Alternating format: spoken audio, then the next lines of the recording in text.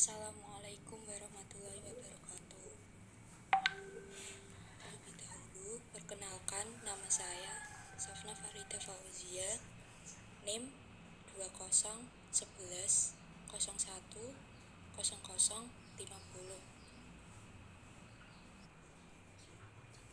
kelas PKPI atau B1 KIR.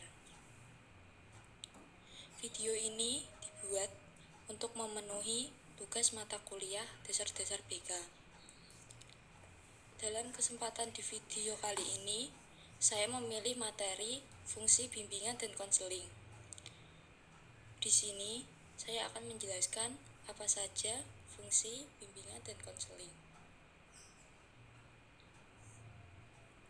Fungsi bimbingan dan konseling di sini ada 7, yaitu fungsi pemahaman, fungsi preventif, fungsi pengembangan, fungsi perbaikan atau penyembuhan, fungsi penyaluran, fungsi adaptasi, dan fungsi penyesuaian. Saya akan menjelaskannya satu persatu. Yang pertama, fungsi pemahaman.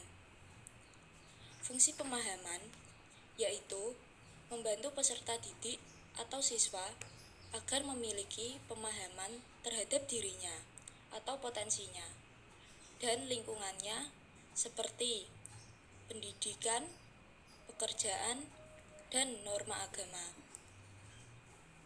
Berdasarkan pemahaman ini, individu diharapkan mampu mengembangkan potensi dirinya secara optimal dan menyesuaikan dirinya dengan lingkungan secara dinamis dan konstruktif. Yang kedua, fungsi preventif.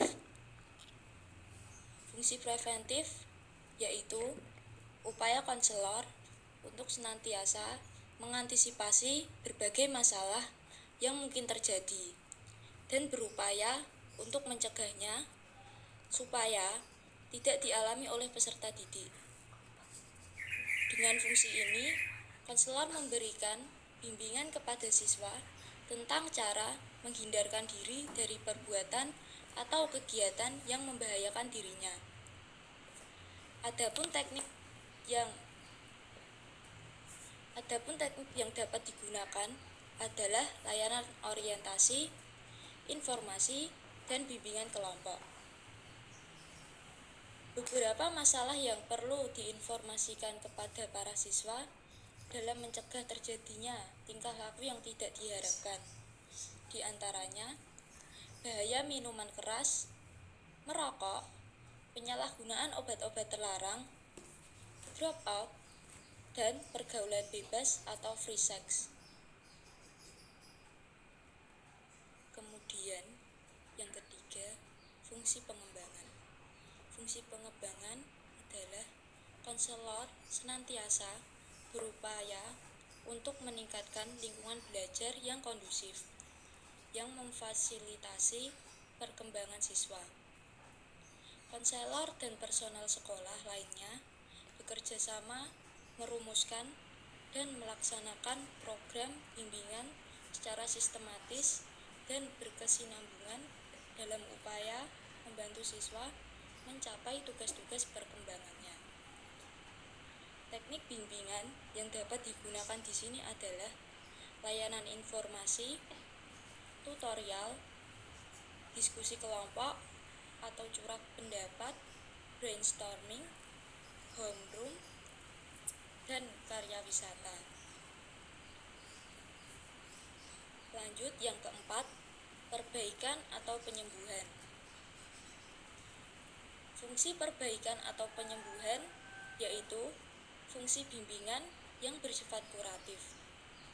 Fungsi ini berkaitan erat dengan upaya pemberian bantuan kepada siswa yang telah mengalami masalah, baik menyangkut aspek pribadi, sosial, belajar, maupun karir. Teknik yang dapat digunakan adalah konseling dan remedial teaching. Kemudian, fungsi penyaluran. Fungsi penyaluran ialah fungsi bimbingan dalam membantu individu memilih kegiatan ekstrakurikuler, jurusan atau program studi, dan menetapkan penguasaan karir atau jabatan yang sesuai dengan minat, bakat, keahlian, dan ciri-ciri kepribadian lainnya.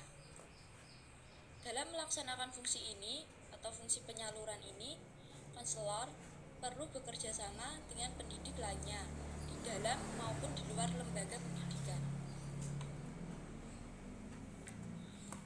Kemudian yang keenam, fungsi adaptasi.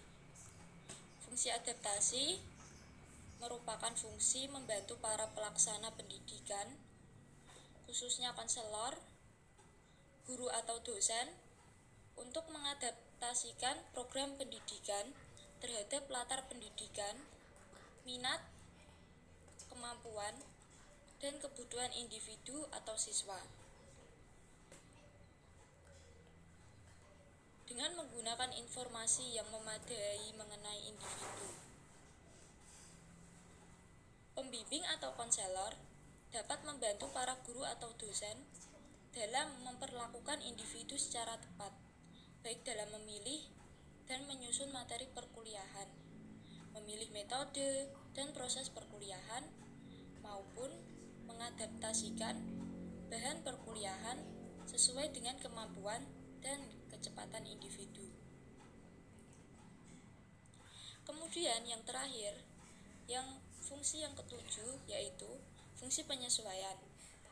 Fungsi penyesuaian ini yaitu fungsi bimbingan dalam membantu individu atau siswa agar dapat menyesuaikan diri secara dinamis dan konstruktif terhadap program pendidikan, peraturan sekolah, atau norma agama.